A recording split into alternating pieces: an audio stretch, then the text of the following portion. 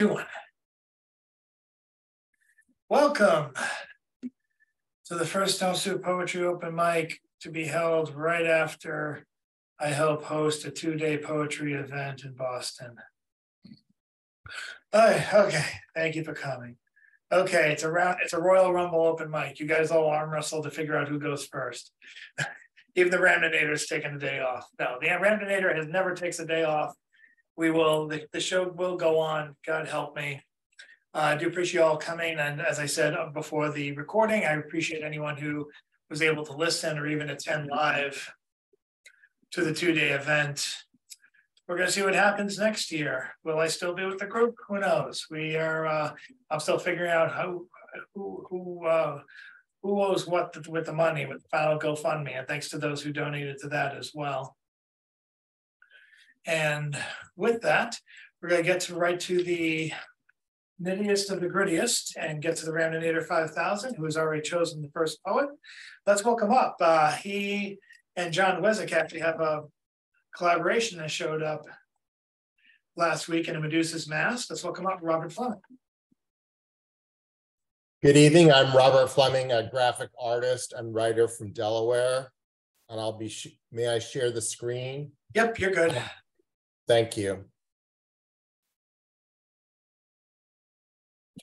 So I just submitted and was rejected from a publication called Unlikely Stories Mark X, which was a response to the rise in fascism in Florida. And I'm looking for if anybody has knows of any publications who are open to political images or responses to the rise in fascism in the United States. I would welcome your ideas.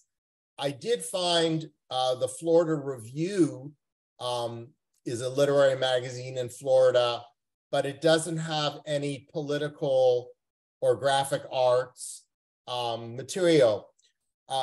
My series was based on Andy Warhol's Marilyn Monroe series, and my subject was the governor of Florida, Ron DeSantis.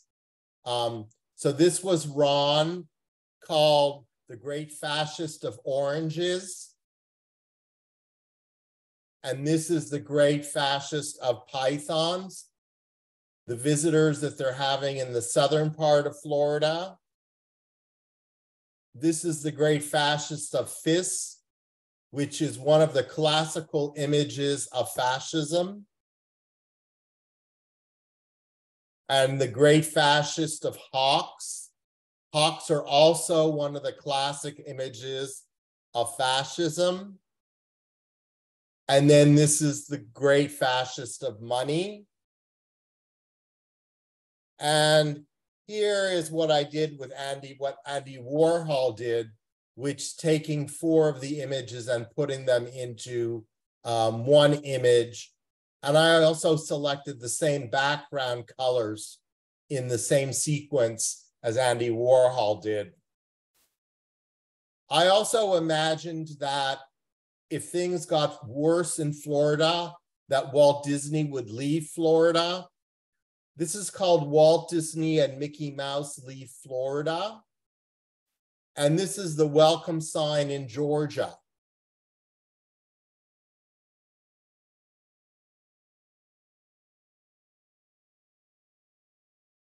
And then this is again assuming that Walt Disney would leave Florida, and this is the Magic Kingdom being transported by a large double wide. It's called Magic Kingdom Leaves Florida.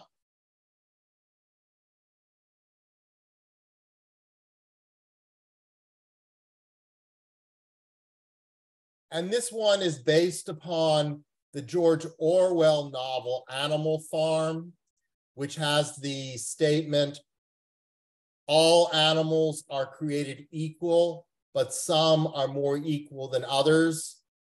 So this is all Americans are equal, but some Americans are more equal than others. And thank you for letting me show my my sequence on the rise of fascism in America. And if anybody knows of any literary magazines or newspapers in the United States or abroad, which is open to those type of publications, please just put it in the chat. Thank you, and greetings from Delaware. Thanks, Robert. I can tell you that Oddball is always looking for any kind of art, including political. We're not getting as many political poems, though I suspect in 2024 that'll escalate quickly. So we'll pay attention. Whatever you send, we'll try and hold on to. Yeah, the art's been slow coming. No one's really wanted to do anything political on a regular basis since after the 2020 election. It's a quandary, but we're working on it. Well, what's the view of Oddball, whether they're willing to publish text or graphics which are political? Well, we like looking at art, and we like to try and pair it up with other artists, with other writers and such. But if a person has a singular vision, we'll take a look at that as well. So with that, the Remdinator 5000 goes over to the lady in the house. Let's welcome up Jan Rowe.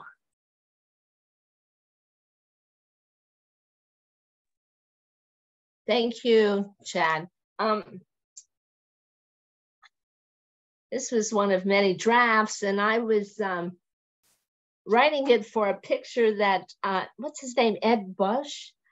The Pilgrim, they're having a reading at the Brookline Booksmith on the 31st or something, but we'll be hopefully in Northern England on the Scottish border. But anyway, so he showed me, he already put something by my picture, and it's about, it used to be okay to have vouchers, and now there's lotteries, and it's like, since they started cutting in the 80s, is there less and less things and that units, and that's why it's lotteries. It's a very disturbing thought. But anyway, he had something there, and this is something I've been writing on. It's called Being Tossed Out. 40 forced evictions a day in Massachusetts, 2020. Now, a regular eviction gives a date option to leave prior to forced eviction, where the belongings are carried or tossed to the curb. Closest I've seen of forced evictions are old pictures of striking coal miners, belongings tossed to the street in heaps from coal company-owned housing by the coal and iron police, mostly New York thugs. My 80-year-old dad remembered being made homeless as a small child after his coal miner stepdad struck in Scotts Run, Purse-Glove, West Virginia, about a century ago. Now, 40 forced evictions a day in Massachusetts, 2020. Thank you.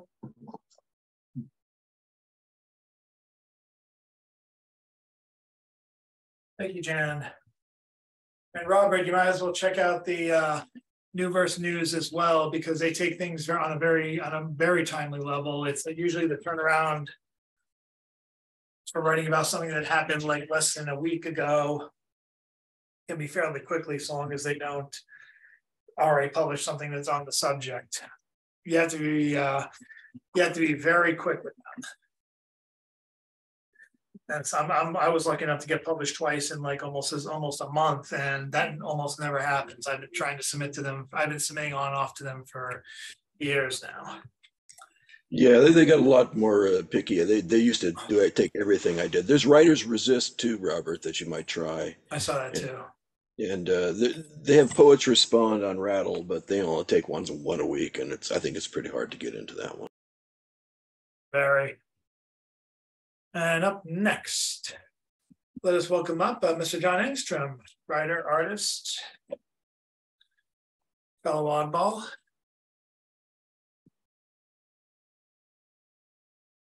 Someone who's not unmuted yet. Unmute. Can you hear me now? Great. Okay. The title of this is Sinead O'Connor Made Me Write This. Sinead O'Connor made me write this. Yes, lives can be and are ruined by no matter what, but not all lives stay ruined. You can rebuild. There is hope then for progress and transformation. Every nanosecond is the soul of history.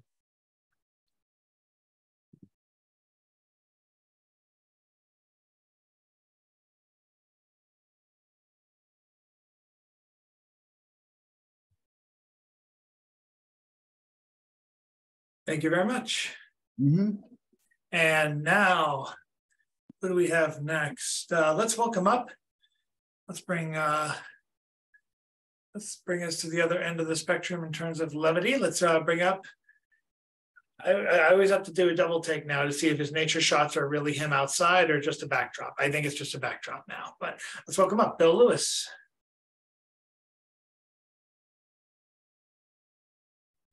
First of all,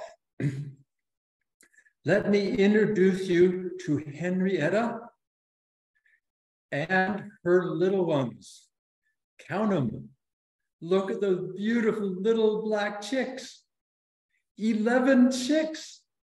Look at that. Are they not the most beautiful chickens in the whole universe? Life is good.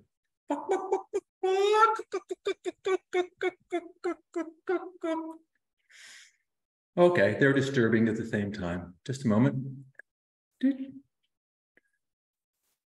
We shall go back to cherry trees or apple trees or something. La la la la la la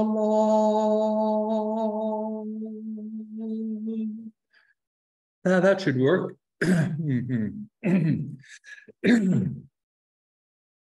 I'm blind, by the way. There's no light in here. It's still sanding in the room. It's a disaster, but to see your smile is all I want. That is, until I've seen it. Then it filled my heart with joy, and oh, how I want to have it. Your hand is lovely, smooth, and strong. It seems to hold no magic, until it strokes my cheek so soft that I'm desperate to have it. The time we stood upon the path, our fingers close entwined, laughing, talking, dreaming, kissing, our heads were filled with wine. What could life offer? What more could there be? Just the two of us together, and perhaps sometime soon there'll be three.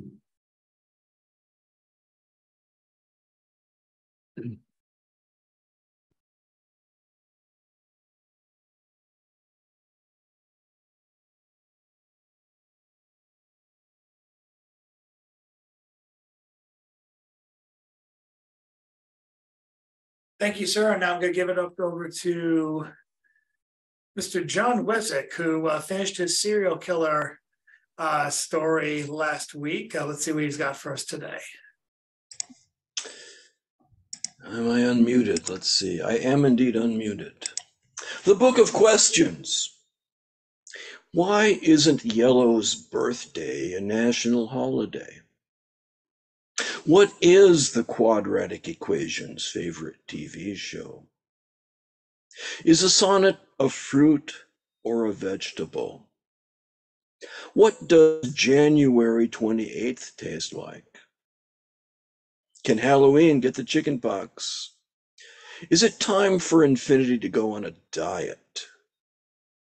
Where does thermodynamics go on summer vacation? Can the Pythagorean theorem do a reverse 1.5 somersault with a 4.5 twist off a 3-meter board? When was the last time a logarithm entered the Olympics? Can you get punished for disobeying slide rules? Has a Villanelle ever won the Boston Marathon?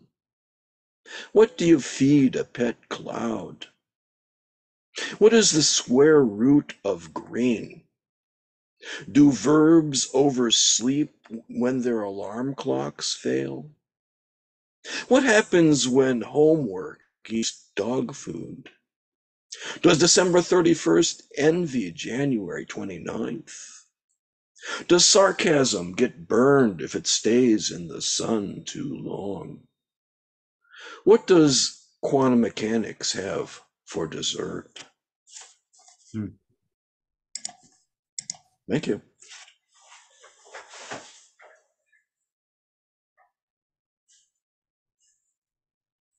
And she's talking, but he's muted. Thank you, John. But to answer at least one of your questions, I think the reason infinity doesn't go on a diet is because if he loses 10 pounds, it's still infinity. Good point. Yeah. But that's just my layman's opinion.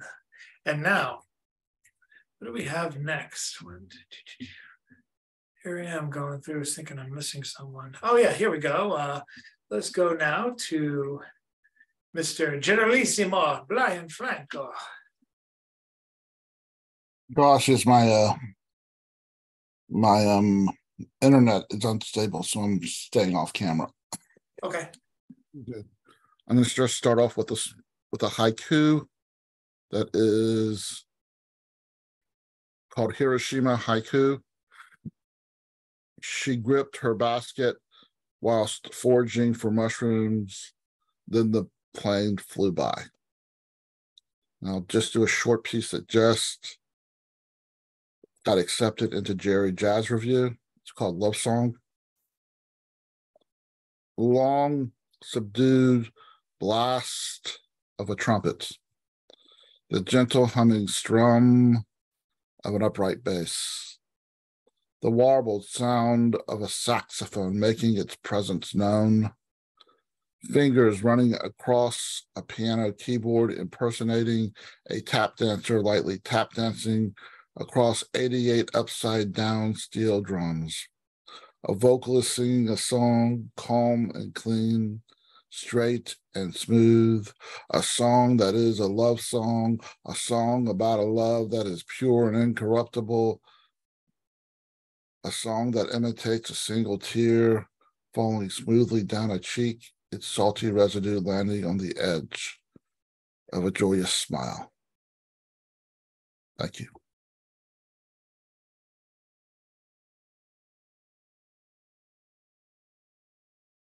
Thank you, sir.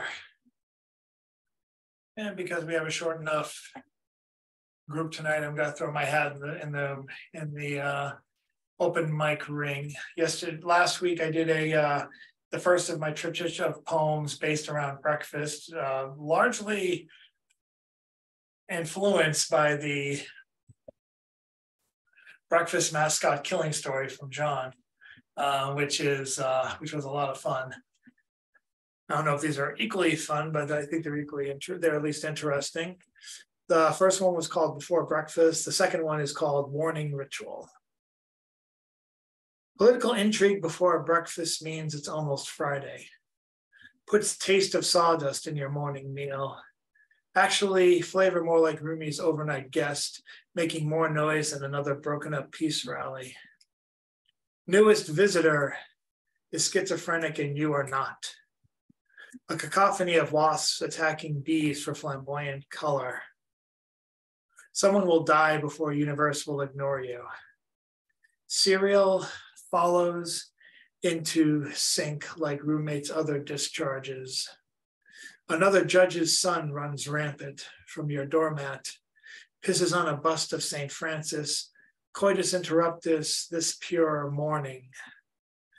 Coitus interrupts this pure morning, goes native to discover America again. Get down with death's angel again. Something to tell, future kid. And with that, we will go to the last person on the actual open mic to complete the first round. And let's welcome up Mr. James Van Looy. Thanks, Chad. So I got my poem here about the Vega plant at Lordstown, Ohio. I worked there when it was first opened up.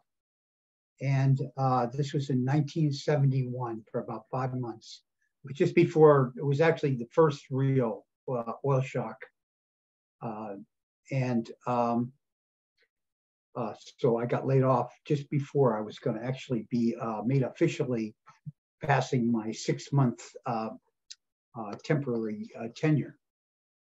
So anyways, this is about that plant that was just closed down probably about a year ago. The Vega plant in Lordstown, Ohio in 1971. It mattered to some people where they found a place to put their car because it had the Pacific Ocean of black tar parking lots. Personally, I enjoyed the walk before the encounter with the time clock and the punch card and the long trip into the Leviathan body of the beast of industrial production. It was impossible to tell where we really were as we walked the twisting spray-painted aisles with various parts of the process passing on either side of and even above us. There was a huge paint shed with fabric walls where a whole body was dragged through a pool of paint to coat it entirely in one operation. And right where I worked, you could see the 2 side panels and the top and the bottom of the body come together to be clamped before going through banks of flashing automated spot welding guns. I started out spot welding the places the robots couldn't reach. Dangling over the line of passing automobile bodies on elastic lines were 3 different welding guns designed to reach different spots on the 2-door, the 4-door, and the station wagon models. For 8 hours, and then when ordered overtime, I hauled those 3 heavy electric bosses above me up and down the narrow track and tugged them into the recessed innards of those moving, always moving bodies of totally unforgiving sheet metal with edges of razor and budding flanks. This kind of work not everyone can do, although people talked about it as if any stoop could do it. When I get out of high school, I'll go to work at the Chibby's like my dad and uncle. But then there was my cousin's Armenian husband, who worked 18 years at Kroger's until her parents decided to improve him and made him go to work on the line, except he couldn't do it. And he ended up back at Kroger's, minus his 18 years seniority. I, on the other hand, was amazing at production line work, never missing an operation, always on time, and without a word of complaint, even there was no one to talk to anyway. Somehow I could daydream away those endless, meaningless, long, painful hours and still manage to keep just enough attention on task so there was never an error. It was like doing stoop work in the fields, bent over the row of green beans and tomatoes. You just let your mind freewheel while your head drooped over your body, and eventually it was break time, and then lunchtime, and then break time again, and then at last 2 hours of infinity as you waited to find out if the overtime you needed yet dreaded would be required tonight. You never knew there were so many places where you could get sore, and so long your stacked bones could stand by their own singular volition. And all around the cars are moving, and parts are streaming in from all sides, and you can hear the bodies being banged out in the stamping plate. You smell the fumes from the paint shed. The forklifts are carrying supplies up and down the long aisles. The sweepers clear the painted pathways, and you look at them with envy because they can stop for a moment to light a cigarette or just stand there and look up the rafters. You count how many cars you've done, and you figure out how many are left to do, but they come too fast to allow you to stop and too slow to imagine the last one. Almost heaven, West Virginia, Blue Ridge Mountains, Shenandoah River. Life is old there, older than the trees, younger than the mountains, growing like a breeze. Country roads, take me home to the place I belong. West Virginia, mountain mama, take me home. Country roads, all my memories gather round her. Miner's lady, stranger to blue water, dark and dusty painted on the sky, misty taste of moonshine, teardrop in my eye, country road, take me home to the place I belong, West Virginia, mountain mama, take me home, country roads. I hear her voice in the morning hour, she calls me. The radio reminds me of my home far away. And driving down the road, I get the feeling I should have been home yesterday. Yesterday, country road, take me home to the place I belong, West Virginia, mountain mama, take me home, country roads, take me home, country roads, take me home, country roads. Oh, thank you. Oh. Thank you, James. Did we miss anyone? No, I think. I've been able to reach Nancy Dotson for a while. This is like my third week running where she hasn't answered. And I'm assuming Carol, after she killed the Boston Poetry Marathon, is taking a week off again. So hopefully we will see her again next week. And I will take time to remind you of the Oddball Festival that's taking place this Sunday. It is so this Sunday on August 13th.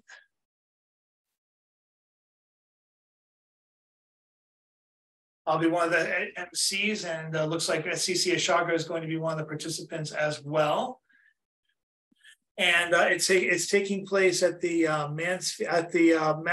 Mass Arts Center located in Mansfield, Massachusetts.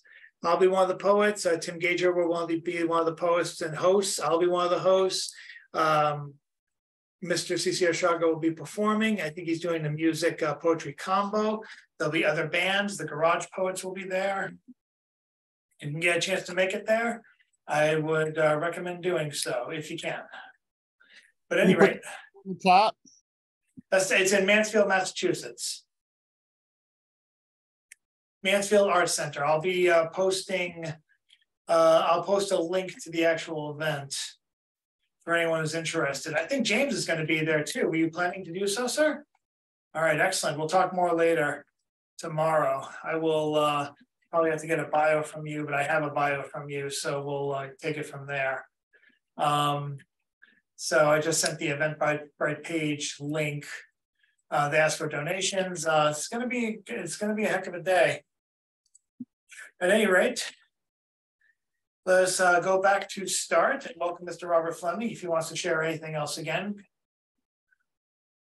Good evening. I'm Robert Fleming, a writer and graphic artist from Delaware, and I will do a tribute to a movie director who just died in the last week, William Friedkin.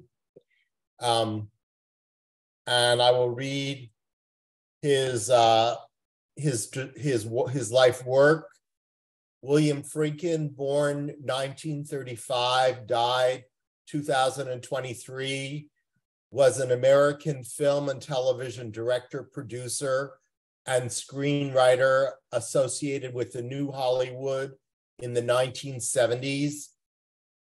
He began his career with documentaries in the 1960s. He directed The French Connection in '71, which won 5 Academy Awards, including Best Director for him.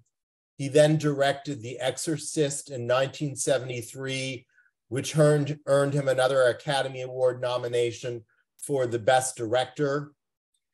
In his description of one of the techniques that he used for directing The Exorcist is he contrasted the volume of the scenes.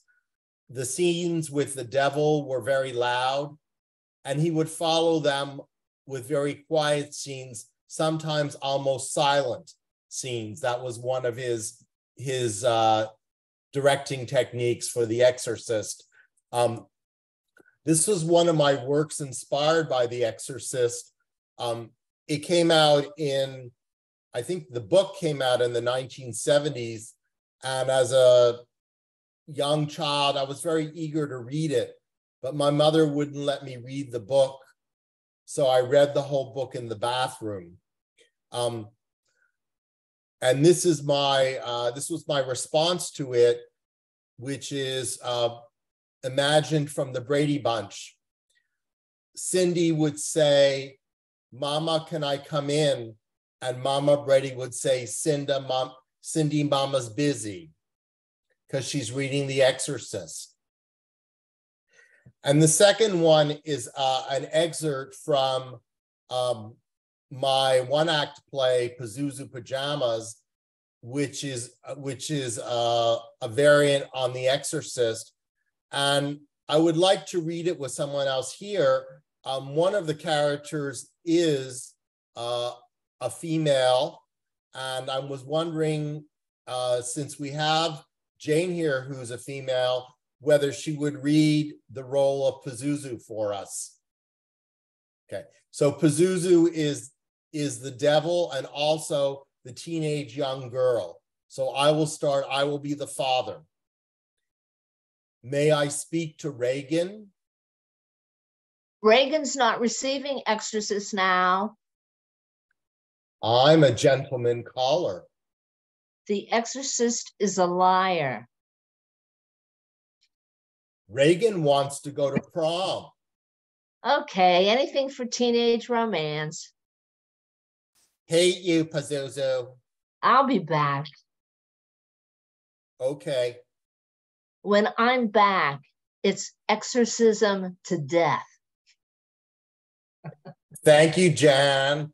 And thank you for letting me share my tribute to William Friedkin and my love of the book and the movie The Exorcist.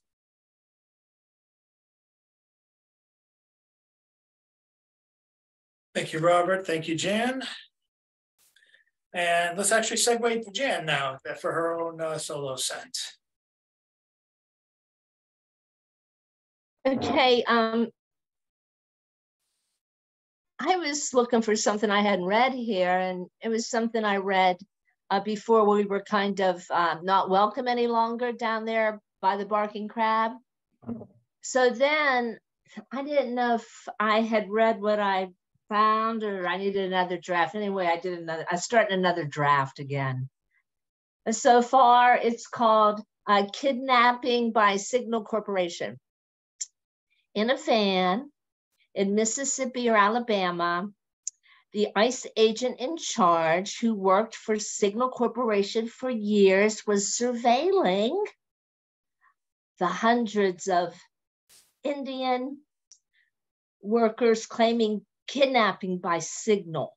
They were walking to DC from Mississippi or Alabama. They thought it was the Department for Justice instead of the Department of Justice. So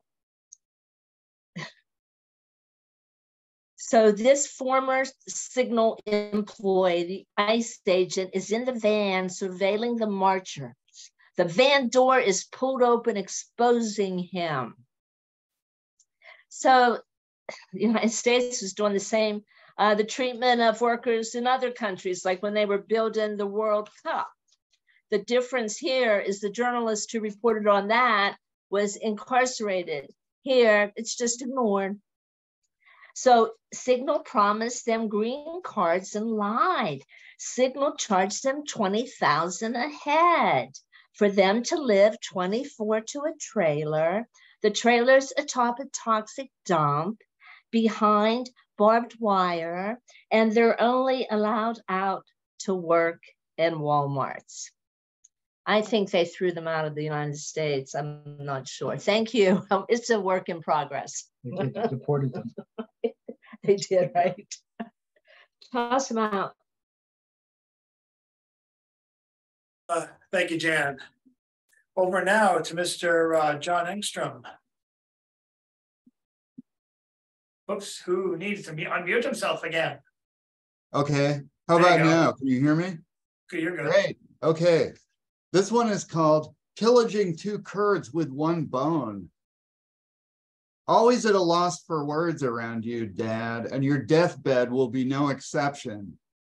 The bond cracked twixt son and father, moans Gloucester in Lear. He's plotting to sabotage his favorite son. Why? Only the Norns can tell. Why write this, you say? I say, that's your lifeblood there in those lines. They parallel the endless gallons of your body's blackish red liquor that have been drained out of you and into vials and scrutinized under microscopes for decades in the name of science and surveillance. They represent the internal hemorrhaging that required 3 transfusions to bring you back from the almost dead. Blood will have blood. And they symbolize the crimson gush of endless teenagers who slit their wrists. Thanks. Thank you. Look for John's artwork in Oddball magazine, and hopefully more coming in the months to come as I celebrate or dread my 10th year coming up. Working with Oddball magazine, started back in October 2013. It's going to be, and a lot of us are going to be hitting the 500th column too. So good Lord, I am fucking old. Okay, let's welcome up next Mr. Bill Lewis. Is he still with us? Yes, he is. Old. You don't know old, Chad. You ask me and Jan and James, we'll tell you about old. Oh, James, you hit my heart. In 2014, March, I was down in West Virginia after a flocking spill into the water system, and I was driving water for people for a few weeks down there. And while I was there, Country Roads became the 4th official song of West Virginia. So West Virginia, my West Virginia home, West Virginia hills, and country roads. So I was really psyched. So you make me cry. This was a very good week, an interesting week. Some good things happened on the home front. The acting mayor of Boston, Ed Flynn, went down to Mass and Cass, where they have been gathering again, and he was disgusted and horrified. So publicity, I am so into talking about it, you know, so I'm really psyched on that.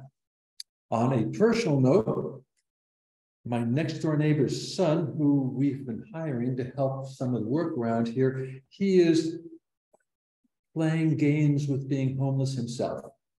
It's so easy to put up a tent out here, and he's kind of schizophrenic and almost got himself killed. He built himself an igloo in the Kroger parking lot. And then the snowplow came in and plowed it up while he had been out. So anyway, so that's a challenge, trying to be good to him and push him and help him in the right direction. Chris Ferrone, the editor of Binjay, who's doing the articles, wants to talk to me, so that's a good thing. And I gave a speech last night, and the gal who was there got a PhD in homelessness. So I am very interested to get into her little mind. So that was a really good set of things to have happened, or at least things to have happened. But now on to, terrible things. Oh, I'm really sorry that I have to do this for you. If you want to turn off your sound, I know this is going to be horrid, but there it is. It's a dead alligator. God, it was gross. Only 6 inches long, but still gross. And we all laughed and made stupid dead alligator jokes. How many dead monkey? We ripped up the floor when it's fly. Great floor. Oh, it was tough for the real bitch to cut into. But we got it out and looked down, and there it was, the flood, a giant pond underneath the house that had to go. It was 95 in the shade, high humidity, hot sun, that's Florida for you. We're dragging out dead alligators and we're laughing like stupid hyenas having fun. We didn't have to be here, you know. We could have just stayed home and gone to a rally instead. Watched it on TV, but we came. They needed tarps and carpenters and help with trash and lots of trash and more trash, including dead alligator trash. And I can pound a nail and run a skill saw, and I can drag trash. I can drag lots of trash, including dead alligator trash.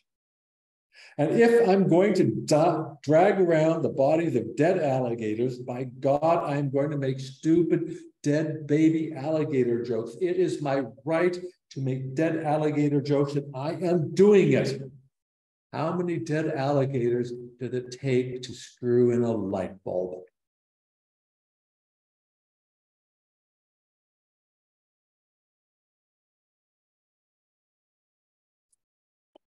Seven. I always thought only Florida man would have stories about gators. I guess Idaho man does too. So we have that. Thank you so much. And we're going back now to the Generalissimo Brian Franco. Sorry, doing fake Italian for no reason. Process. Let me pull up this poem that's relatively new. It's called can I pull it up? Oh, yes. Redefining normal. I was driving down an interstate in Connecticut, which was quite the undertaking. Traffic was off and on bumper to bumper, which is the norm when driving through Connecticut. I was inching my way down the next to far left lane. I looked to my right when I saw an exit sign. It looked like a normal exit sign, maybe 2.5 feet tall by 5 feet wide, bright forest green with lettering in a slight metallic white, just metallic enough to be seen through low visibility rain and fog, plus an arrow pointing to the off-ramp. It seemed as normal as any other exit sign I'd pass, then look at my GPS to see how much farther it was till I get to my destination. But this normal-looking exit sign as I passed as I inched along bumper to bumper, and bumper to bumper Connecticut traffic had 3 words defining its place: Newtown and Sandy Hook. One on top of the other, it's possible that it read Sandy Hook on top of Newtown.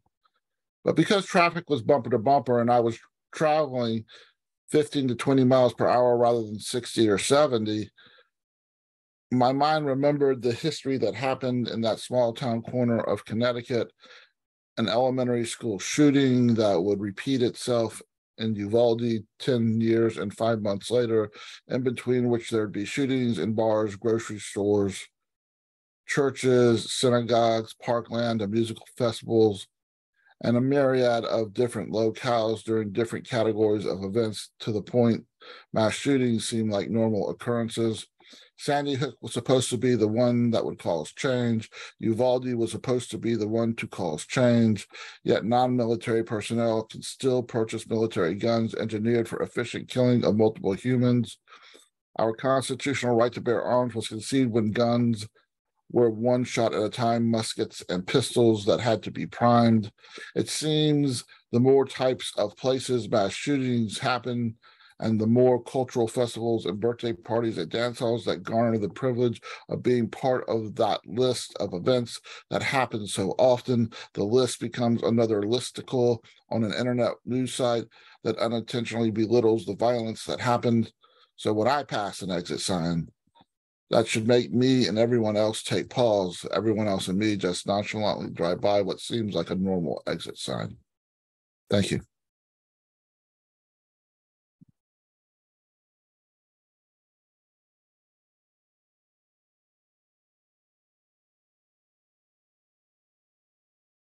Thank you, General Simon. You are relieved of command for the rest of the night. And I have one more poem before I get to relieve myself. Okay, that sounded weird. Is Roadrunner the official song of Massachusetts? I don't think it was, but I know people were petitioning it to be.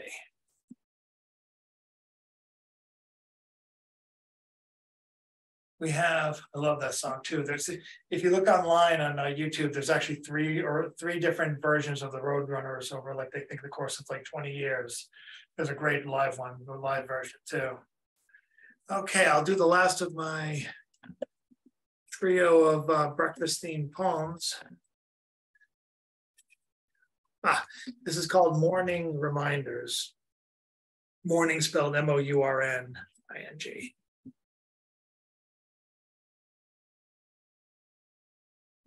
Don't convince yourself there's no time for lost, who count every action that led them to where they are now, exiled from even stripped shells that were their houses, stale branch flakes on floor holding more memories than walls. Will to stay on, scattered in bits of salt. Your own Messiah might be sitting up like a stillborn in bed, waiting for you to talk, your words bursting in spectrum you stop seeing. It is not selfish to be reborn on another's deathbed, a quiet own reflection on their pale face. Thank you, and thank you to Ellis Elliott for that unexpected finish to that trinity of pieces. And now we segue over to the man whose poem column will be showing up tomorrow at 11 o'clock at oddballmagazine.com. Check out Oddball for your reading pleasure and for your submission pleasures. We're always taking work. We publish 5 days a week, and hopefully adding more stuff and more features as the new school, as I call it, the new school year starts in September. Let's welcome up Mr. James Van Looy. Thanks, Chad. So I have a poem here which is called Ouroboros, which is a ancient symbol of the snake eating its own tail. And so this poem is called Ouroboros. And it has actually, I don't know if you can see this, but this is the labyrinth that I drew to go for it. Okay. Close. Oh, there, yeah. Can you see that? Okay. So anyway, I'll be putting that up on Boston Common here in the next couple of days, probably in multiple colors. So anyway, here's the poem. I'm obsessed with the ancient symbol of the snake eating its own tail. And I took on the task of creating a labyrinth designed to evoke this image, which I associate with our crumbling empire of busted bridges and crashing, firing trains.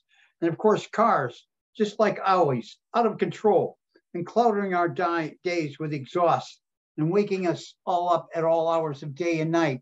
Ubiquitous, we can't get away from them. Even on subways, we know they're up there as we breathe the fumes and wonder if they won't now crash through the tunnel or come bumming down on the station stairs to get us before we arrive at Common, or just some small safe place on sidewalk or alley alcove, some safe place.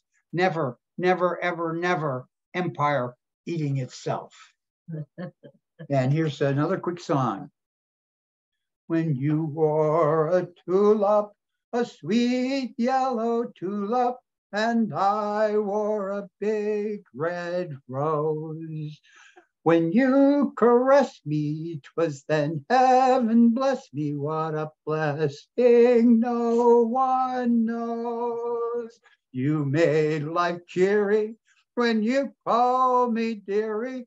Was down where the blue grass grows. Your lips were sweeter than julep when you wore that tulip, and I wore a big red rose. Thank you.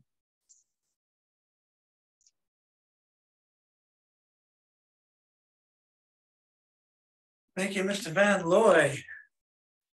And it looks like I was going to leave right. Oh, here we go. I was looking for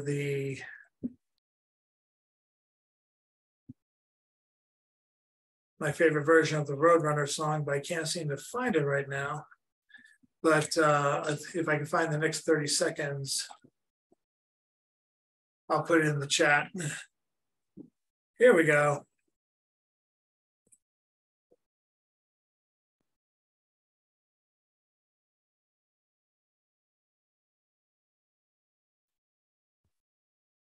Roadrunner song? What are you talking about? Roadrunner song?